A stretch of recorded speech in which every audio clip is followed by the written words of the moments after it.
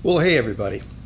Just want to welcome you all to my first edition of the Prophetic Set devotion for 2017. I've entitled the devotion for this month, God's Promised Land Challenge. The last few months we've been hearing a number of ministers, whether it's online or on the radio or TV, they've been encouraging us with words very much in the prophetic vein of what God is doing these days in the body of Christ. And I've noticed they basically fall into three categories. We've been reminded that God's promises will no longer be delayed, but will be fulfilled in 2017. Second, that our unchanging circumstances will give way to the God of the turnaround. And third, that this is the year of Jubilee, of abundant restoration. And I want to start us off by turning to Exodus 14. And I'll begin reading at verse 10, and we'll read through verse 14. It says, "As Pharaoh approached, the people of Israel looked up and panicked when they saw the Egyptians overtaking them. They cried out to the Lord, and they said to Moses, 'Why did you bring us out here to die in the wilderness? Weren't there enough graves for us in Egypt? What have you done to us? Why did you make us leave Egypt? Didn't we tell you this would happen while we were still in Egypt? We said, leave us alone. Let us be slaves to the Egyptians. It's better to be a slave in Egypt than a corpse in the wilderness.' But Moses told the people, 'Don't be afraid. Just stand still and watch the Lord rescue you today. The Egyptians you see today will never be seen again. The Lord himself will fight for you. Just stay calm.'" So each time, as we move forward towards the remainder of the year 577, I want to remind everybody that we are standing on the doorstep of victory. And this is a victory that the enemy obviously is going to resist with everything he has. But I want to encourage you that he really has only 3 weapons left in his arsenal that he can possibly launch against the body of Christ. So the question is, how do we respond to these launches? Do we have any idea what these weapons are? Well, first of all, let's talk about what those weapons are so we can be prepared for them. And the first one is discouragement.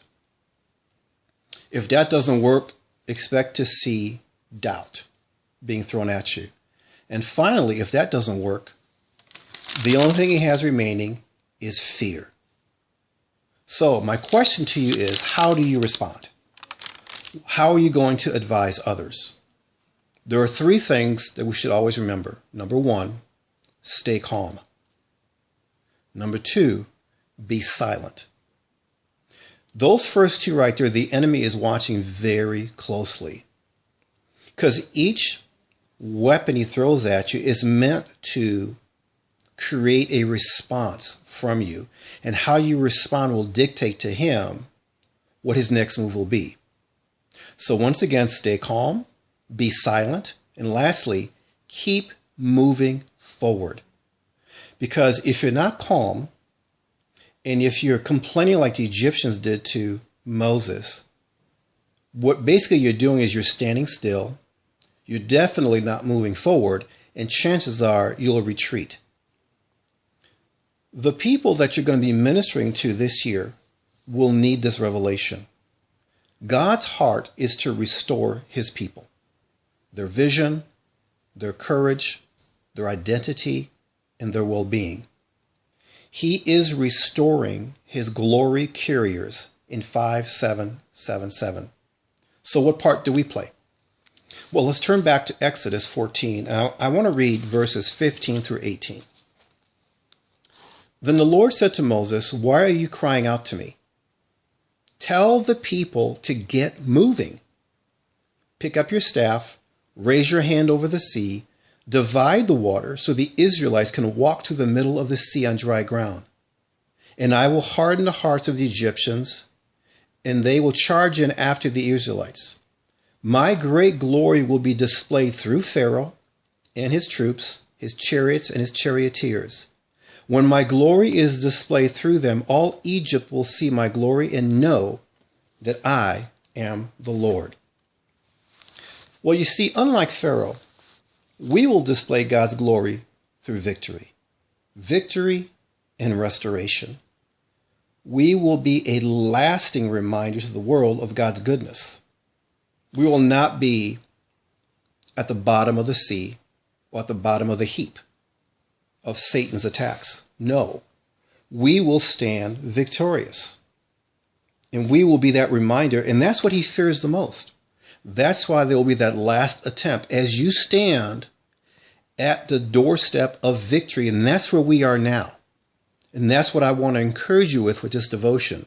We as a body stand on the doorstep of victory. You're about to go through that door, just as they were about to cross over into the Red Sea. So be calm, be silent, but yet keep moving forward. So remember, this year we'll be ministering to God's glory carriers as they march into their promised land. Be blessed, my fellow believers.